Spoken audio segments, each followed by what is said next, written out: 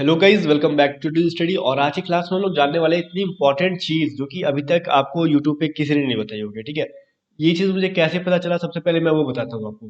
देखो, आपको पता है कि सबसे मतलब ये जो है ना, ए टू जेड स्टडी का एक रिकॉर्ड बना है कि जब से स्टार्ट हुआ ए टू जेड स्टडी तब से मतलब एयरफोर्स की जितनी एग्जाम हुई ना, कि मतलब डेली की मैंने सारे एग्जाम्स का रिव्यू कराया है शिफ्ट वाइज। ठीक है, ये तो आपको पता होगा। जिसको नहीं पता वो समझ लो, जो नए जुड़े हुए हैं। ठीक है, जितने पुराने बच्चे हैं उनको पता है कि मैंने एयरफोर्स के जितने एग्जाम हुए सबका रिव्यू कराया है उसी दिन। ठीक है, और पूरे शिफ्ट में, और मैं अपने ही सारे क्वेश्चंस को जो मैंने रिव्यू कराया था पूरे एग्जाम के दौरान पिछले 2 साल से, 2018 से। ठीक है, वो सबको मैंने आज पूरा संडे में पूरा देखा है। मतलब पिछले 18 से लेके और आज मतलब 2020 तक जो भी एग्जाम हुआ है, मैंने अच्छे से, जब से ऑनलाइन एग्जाम हुआ है ना, क्वेश्चंस को मैं देख रहा था भाई क्या क्या पूछ रहा है एयरफोर्स। तो मैंने बहुत ही इंपॉर्टेंट चीज नोटिस की है इसमें। ठीक है, जो आज मैं आपको शेयर करने वाला हूँ। इवन एयरफोर्स के अलावा मैंने नेवी के भी क्वेश्चंस देखे हैं, उसके ऊपर भी हम लोग वीडियो बनाएंगे। बट सबसे पहले एयरफोर्स एक्स वाई वाले जान लो, क्योंकि बहुत इंपॉर्टेंट चीज इसमें आपको पता चला है जो मैं आपको आज यहाँ पे बता रहा हूँ। ठीक है, अगर इस चीज को फॉलो करते हो, सिर्फ बुक से नहीं, देखो बुक के अलावा कुछ कुछ इंपॉर्टेंट टॉपिक्स भी मैं बताने वाला हूँ कि किन किन टॉपिक से मोस्टली क्वेश्चन पूछे गए हैं। इंग्लिश ग्रामर हमारा इतना बड़ा है, बट क्वेश्चन पूछे जाते हैं मुश्किल से 3 से 4 चैप्टर से। ठीक है ना, बहुत ज्यादा क्वेश्चन पूछे गए हैं। तो वो सभी चीजें मैं आपको इस वीडियो के अंदर बताने वाला हूँ। ठीक है, तो फिर मैं बोलूंगा कि इस वीडियो को स्किप बिना किए और एक एक चीज को जरा ध्यान दो। और ये वीडियो बहुत ज्यादा मैं बड़ा बनाने वाला हूँ, क्योंकि मैंने पिछले 2 साल का एक्सपीरियंस आपको बस मतलब एक दिन में शेयर कर रहा हूँ आपके साथ। ठीक है, तो इस चीज को जरा ध्यान से सुनना। बट इसको स्टार्ट करने से पहले मैं बोलूंगा कि अनअकैडमी पे एयरफोर्स के लिए एक स्पेशल बैच लॉन्च हुआ है। ठीक है, एयरफोर्स के लिए आपके लिए वायु बैच लॉन्च हुआ है। अगर आप चाहते हो कि सिर्फ सिलेक्शन लेना है ना फाउंडेशन बैच में पढ़ के, तो इस बैच को आप ज्वाइन कर लो। ठीक है ना, क्योंकि इसमें देखो, मैं तो पढ़ाता हूँ कोई पार्टिकुलर चैप्टर पढ़ाता हूँ, सब्जेक्ट पढ़ाता हूँ। जैसे यहाँ पे एक्स एंड वाई बोथ की चल रही है। ठीक है, तो आप ये सभी मतलब टीचर्स है ना, बिल्कुल भी एक फाउंडेशन बैच जैसे कि ऑफलाइन कोचिंग वगैरह पढ़ते हो उसी तरीके से आपको ये लाइव क्लासेस देंगे। ठीक है, और पूरी डाउट क्लासेस भी कराएंगे, आपको क्लियर कराएंगे। तो ये टीचर, इस बैच का लिंक मैं डिस्क्रिप्शन दे दूंगा। और हाँ, इस बैच में अगर आपको ज्वाइन करना होगा, सब्सक्रिप्शन लेना होगा, तो ए टू जेड स्टडी का रेफरल कोड यूज कर लेना, वहां पे आपको 10% का डिस्काउंट मिल जाएगा। ठीक है, और ये बहुत इंपॉर्टेंट होता है हमारे लिए, बहुत ही मतलब हेल्पफुल होता है 10% का डिस्काउंट। इसके अलावा एनडीए का भी एक बैच है रणविजय, इसमें भी आप चाहो तो, अगर एनडीए के लिए कर रहे हो तो एनडीए का ले सकते हो यहाँ पे इन बैच में सब्सक्रिप्शन। इस बैच का भी लिंक डिस्क्रिप्शन में दे दूंगा। बट वायु बैच जो है आपके लिए बहुत इंपॉर्टेंट है, बिकॉज ये 26 जनवरी से स्टार्ट होने वाला है और 20 अप्रैल तक चलेगा ये बैच। ठीक है, अगर आप चाहते हो इसमें सब्सक्रिप्शन लेना तो ले लेना। और सब्सक्रिप्शन का फीस जो है कुछ इस तरीके से है, बट इतना पे नहीं करना आपको। पे करने के लिए आपको यहाँ पे जो लिखा हुआ है रेफरल कोड, इसमें जाके देखो, ये इस तरीके से referral code A to Z study डाल दोगे तो आपको ये फी जो है इतना कम हो जाएगा। सभी मतलब जो 8,000 देना था आपको सीधे 7,200 देना पड़ेगा। ठीक है ना, इतना फी में क्या हो गया, डिस्काउंट मिल जा रहा है आपको। तो इस चीज को जरा ध्यान में रखना। अपना ए टू जेड स्टडी का रेफरल कोड इस तरीके से जो लिखा हुआ है, इसको ध्यान में रखना। ठीक है, बाकी आप वायु बैच में चाहो तो एयरफोर्स के लिए ज्वाइन कर सकते हो, सब्सक्रिप्शन ले सकते हो अकेडमी पे। ठीक है, अभी यहाँ पे गाइज हम बात कर लेते हैं एयरफोर्स।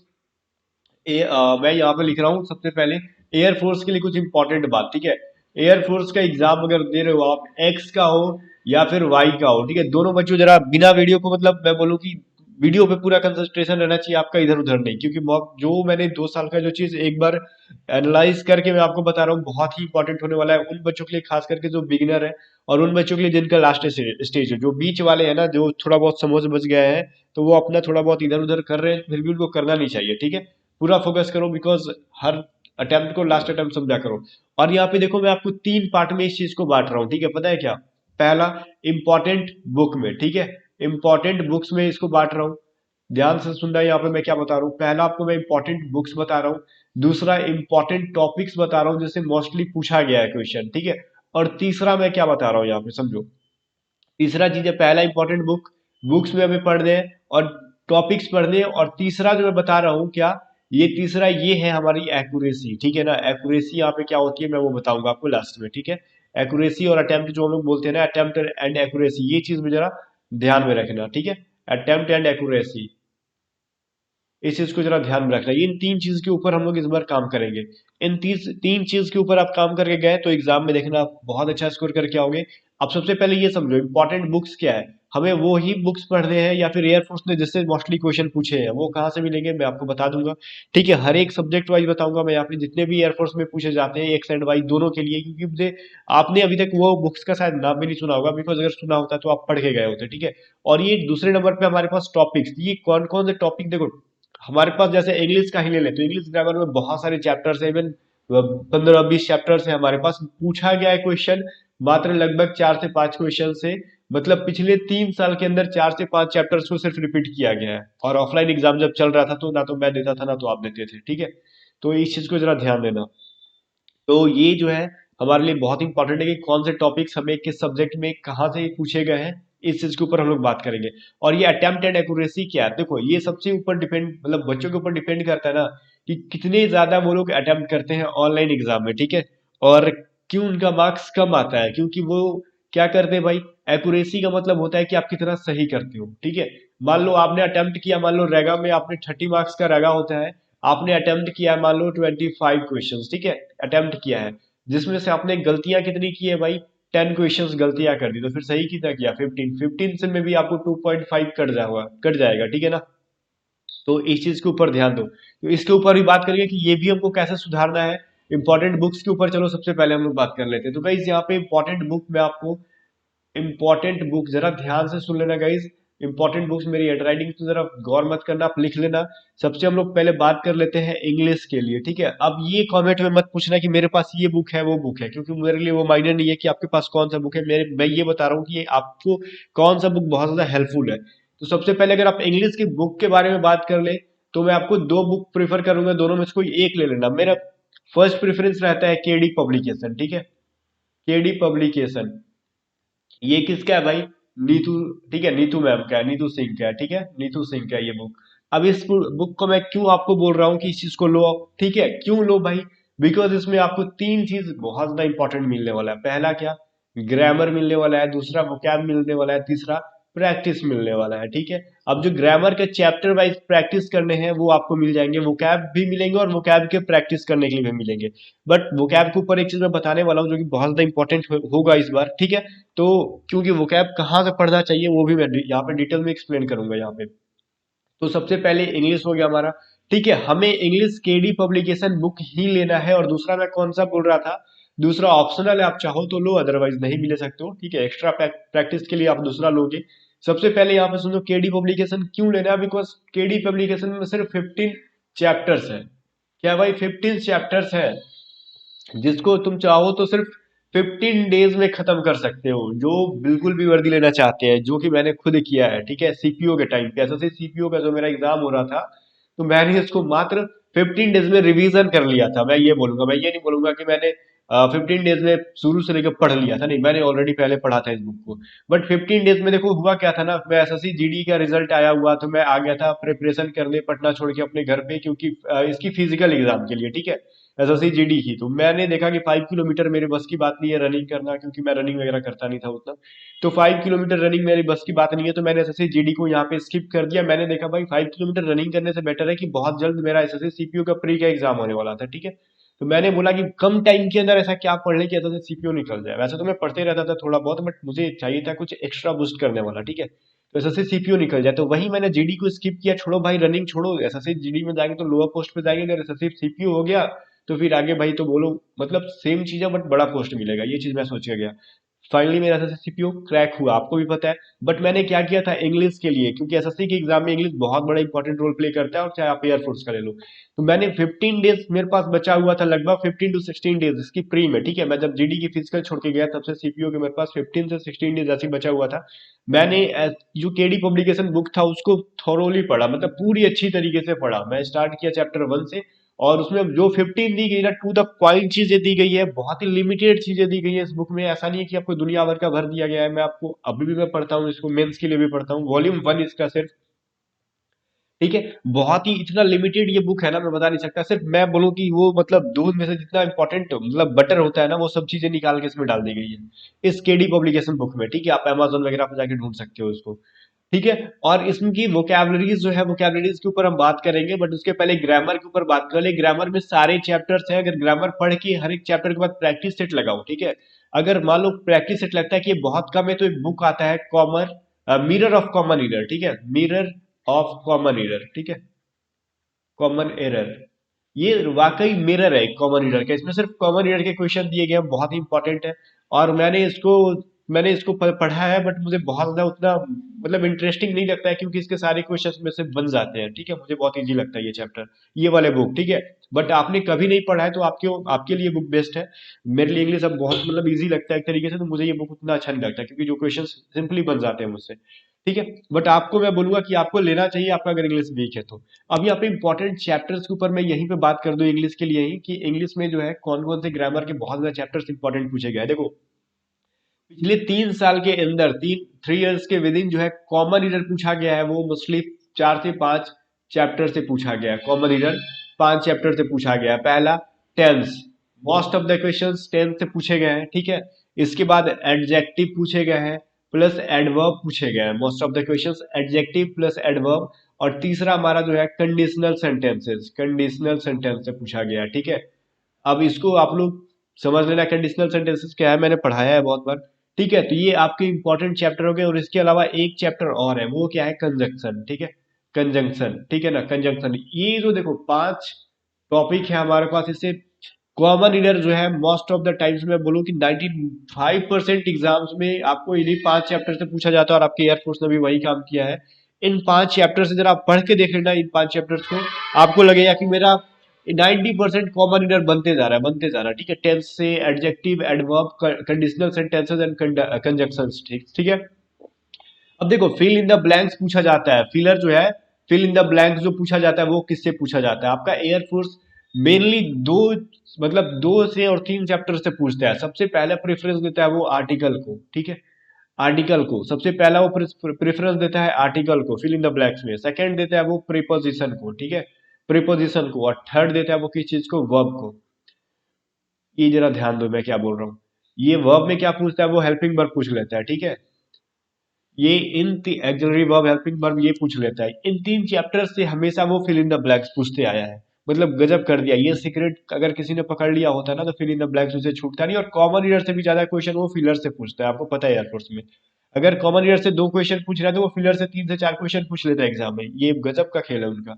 और एक चीज, चलो देखो, अब बोलोगे धीरे धीरे करके सारे चैप्टर्स बता रहे हो। देखो भाई, सारे चैप्टर्स में बता रहा हूँ, बट टॉपिक वाइज बता रहा हूँ कि कौन सा टॉपिक क्लियर करने के लिए कौन सा चैप्टर में पढ़ना होगा। अगर आपको कॉमन रीडर फंसता है, तो आप इन चैप्टर्स पे फोकस करो। अगर फिलर्स फंस रहे हैं आपके एयरफोर्स के, नेवी के, तो आपको इन चैप्टर्स पे फोकस करने चाहिए।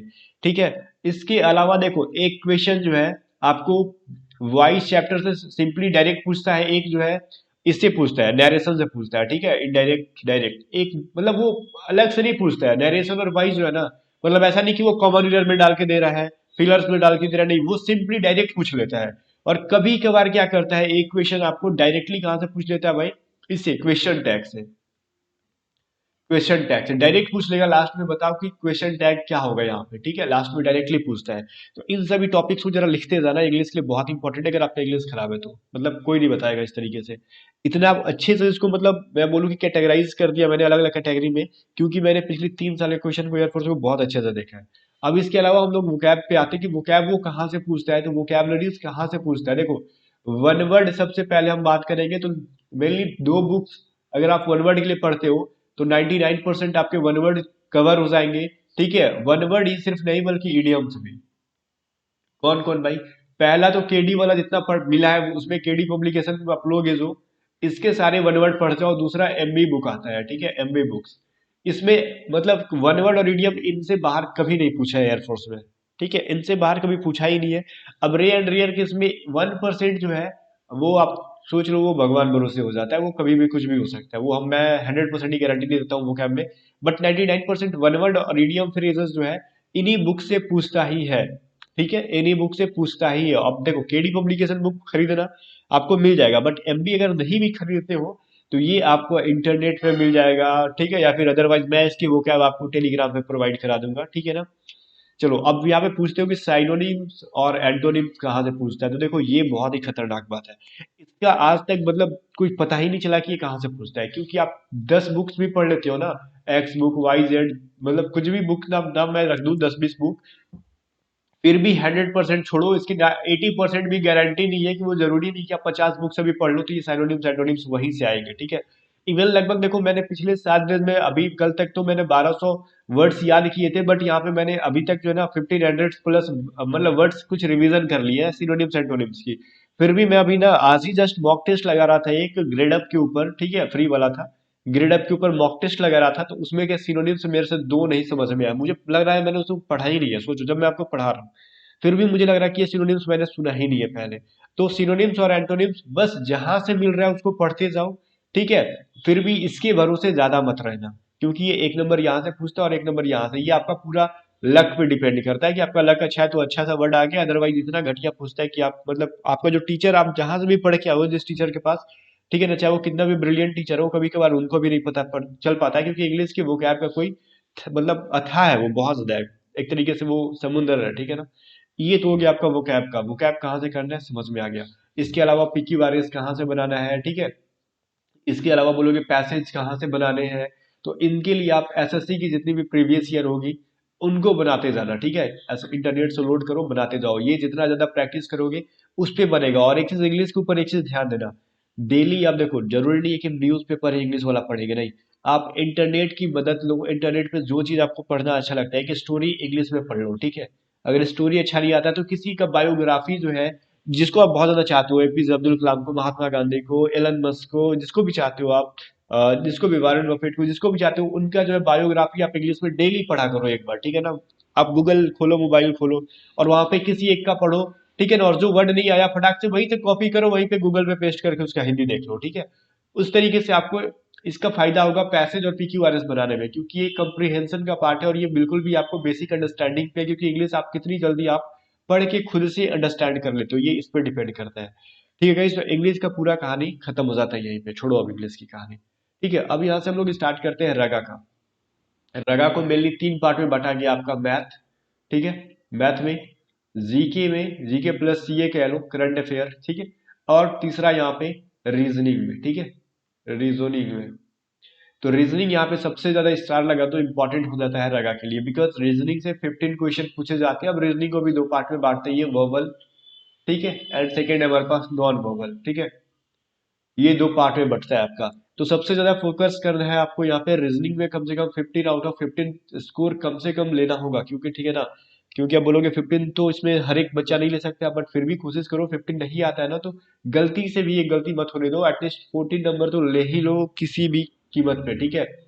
ठीक है ना, 14 क्वेश्चन का आंसर कर ही दो सही यहाँ पे किसी भी कीमत पे रीजनिंग में।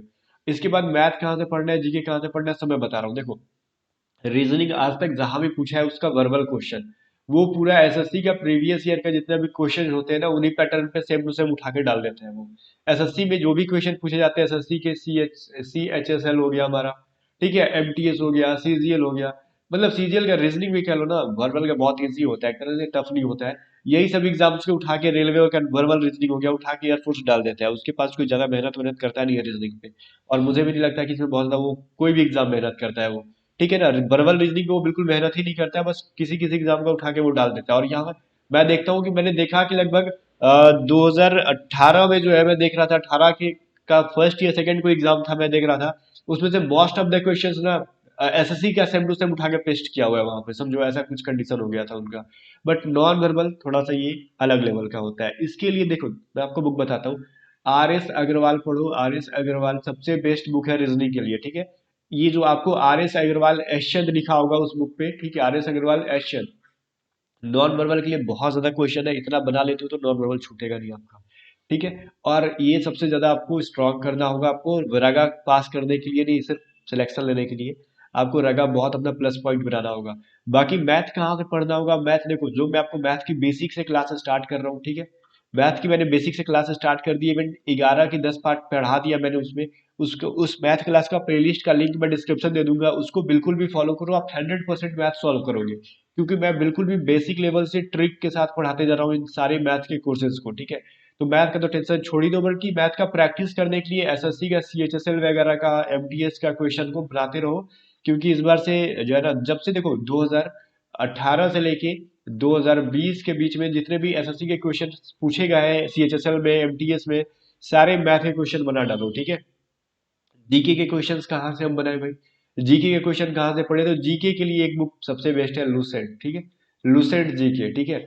लूसेंट जीके पढ़ लो आप, एनफ है। देखो लूसेंट जीके का अगर दो बुक आता है, या तो सब्जेक्टिव आता है और एक ऑब्जेक्टिव आता है। अगर आपको ऑब्जेक्टिव जैसे ऑप्शंस देख देख के रटने की आदत है तो आप ऑब्जेक्टिव लेके रट जाओ, अगर सब्जेक्टिव पढ़ने की आदत है तो सब्जेक्टिव लेके पढ़ लो। और लूसेंट बुक का सबसे लास्ट में एक होता है मिसलेनियस, जिसको हिंदी में हम लोग बोलते हैं विविध। उस विविध को तो बहुत अच्छे से पढ़ लेना, क्योंकि उससे क्वेश्चन डायरेक्टली उठा के देता है। अब बाकी करंट अफेयर का कोई लिमिटेशन नहीं है, कहाँ से पूछेगा वो, सीए आपको बिल्कुल भी अच्छा करके जाना होगा करंट अफेयर को, ठीक है।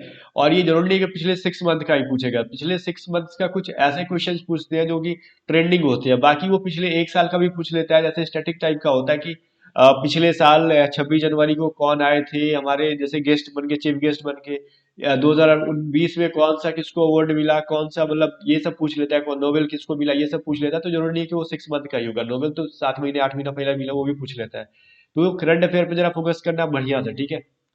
और इन सभी पार्ट्स को मैंने भी अच्छा से कैटेगराइज करके बना दिया। अब तो ये रगा का क्लियर हो गया। अभी यहाँ पे देखो एक्स ग्रुप के लिए हम बात करते हैं, सबसे बहुत ज्यादा इंपॉर्टेंट बात, मैथ कहाँ से पढ़े और फिजिक्स कहाँ से पढ़े। तो मैथ और फिजिक्स के जहां से भी क्वेश्चन कर रहे हो आप लोग करो, बट प्रैक्टिस कहाँ से करने हैं वो देखो। प्रैक्टिस के लिए बहुत इंपॉर्टेंट मैंने एक चीज ध्यान दिया यहाँ पे, कि अभी रिसेंटली मैं तो बिहार से, तो बिहार बोर्ड का मैंने 12th का कुछ क्वेश्चंस देख रहा था पिछले 2-3 साल का, मैंने मंगवाया था आज वही सारे काम करने के लिए, ठीक है। 12th क्लास के जितने भी ऑब्जेक्टिव क्वेश्चंस आए हुए थे ना, बिल्कुल भी उन्हीं के पैटर्न पे मैथ एंड फिजिक्स पूछा गया था, ठीक है। तो जरूरी नहीं कि आपको बिहार बोर्ड के ही लेने हैं, नहीं, आप जिस भी बोर्ड से हो, अगर आपके पास एनसीईआरटी के क्वेश्चन तो मिलते ही नहीं है आपको बहुत ज्यादा ऑब्जेक्टिव, तो आप जिस भी बोर्ड से हो उस बोर्ड का 12th क्लास का जितना भी क्वेश्चन पूछा गया है पिछली, मतलब ऑब्जेक्टिव टाइप क्वेश्चन, ठीक है, या फिर 2 नंबर्स के जो क्वेश्चन होते हैं ना, वन लाइनर क्वेश्चन टाइप के पूछे जाते हैं, पहले उन सारे क्वेश्चंस को प्रैक्टिस के तौर पे डेली सॉल्व करो, मैथ एंड फिजिक्स के लिए। और बाकी जो है, आप चाहो तो इसके लिए, मतलब मैं इवन बोलूँ कि आपको बहुत ज़्यादा बुक खरीदने की जरूरत नहीं है, एक्स ग्रुप के लिए और वाई ग्रुप के लिए आपको अरिहंत का बुक भी ले लेते हो तो भी वो बहुत अच्छा है, ठीक है। सिर्फ प्रैक्टिस वाला, ठीक है, मॉक टेस्ट मत लेना इसका, इसका मॉक टेस्ट मत लेना, क्योंकि बहुत ही घटिया लेवल का सेट करते हैं मॉक टेस्ट वो लोग। तो इसमें क्या लेना है, तो अरिहंत का एक बुक आता है, ठीक है, 12th लेवल के लिए। जैसे कि मैं आपको बता दूं, बस एक वो प्रैक्टिस टाइप का होता ही है, सिर्फ उसमें क्वेश्चंस दिए रहते हैं, टाइप वाइज दिया रहता है, ठीक है। वो टाइप वाइज रहता है, वो पढ़ना, वैसा नहीं कि एक्स ग्रुप का मॉक टेस्ट लेके बना रहे हो, वो बहुत ही घटिया किस्म का रहता है। सिर्फ जो फिजिक्स का एक अलग से बुक आता है, मैथ का अलग से बुक आता है, वो लेना, ठीक है, उसमें क्योंकि क्वेश्चन इंपॉर्टेंट दिए होते हैं, ठीक है, क्योंकि प्रैक्टिस में वो घटिया कंडीशन है। बट इस बुक से लेने से पहले कोशिश करो कि आपके जो बोर्ड एग्जाम में 10th और 12th वाले में जो मैथ और फिजिक्स के क्वेश्चन आए हुए हैं ऑब्जेक्टिव टाइप प्लस में वन लाइनर क्वेश्चन, उनको अच्छे से सॉल्व कर लो, फिर देखना आपका एक्स ग्रुप कितना अच्छा से निकल के जाएगा, ठीक है। तो जितने भी इंपॉर्टेंट चीज थे मैंने इसमें बता दिया आपको, ठीक है गाइस। आई होप कि आपको ये चीजें बहुत ही अच्छे से समझ में आई होगी। और इसके अलावा एक चीज और, अगर आपको कोस्ट गार्ड का एग्जाम देना है तो भी ठीक है, अगर आपको एयरफोर्स का एग्जाम देना है वाई ग्रुप का, तो भी आपके लिए इसका जो ये वाला मॉक टेस्ट है ना, इंडियन कोस्ट गार्ड के लिए हमने जो सेट किया था, ठीक है, बहुत ही इंपॉर्टेंट है, बिकॉज इसमें 600 प्लस क्वेश्चन है, मैथ के भी है, ठीक है। लगभग मैथ के इसमें आपको आपको दिख जाएंगे 200 क्वेश्चन के आसपास, ठीक है ना, मैथ के 200 क्वेश्चन दिख जाएंगे इसमें, ठीक है। बाकी 400 में इन सभी चीजों पे क्वेश्चन सेट किए गए हैं। तो ये आपके वाई ग्रुप एग्जाम में भी काम आएंगे, ठीक है। तो आप ले लेना, इसका लिंक डिस्क्रिप्शन में आप चाहो तो ही, बट फोर्स नहीं कर रहा। बाकी इन सभी बुक्स का जो नाम बताया मैंने, उनको बिल्कुल भी रखना चाहिए आपको, अगर आपको सिलेक्शन लेना है तो। बाकी गाइज आई होप कि आपको वीडियो अच्छा लगा हो, तो वीडियो को लाइक कर देना। और जो भी अब चीज रह गई हो पूछने का, तो कमेंट बॉक्स में पूछ सकते हो। बाकी हाँ, एक चीज ध्यान देना कि चैनल को सब्सक्राइब नहीं किया तो कर लेना, बिकॉज, और हाँ, 10:30 बजे डेली मैथ की लाइव क्लासेस जरूर करना। वाई ग्रुप के रगा के लिए और कोस्ट गार्ड और नेवी एमआर तीनों एग्जाम के लिए बहुत इंपॉर्टेंट मैथ क्लास चल रहा है अभी वो।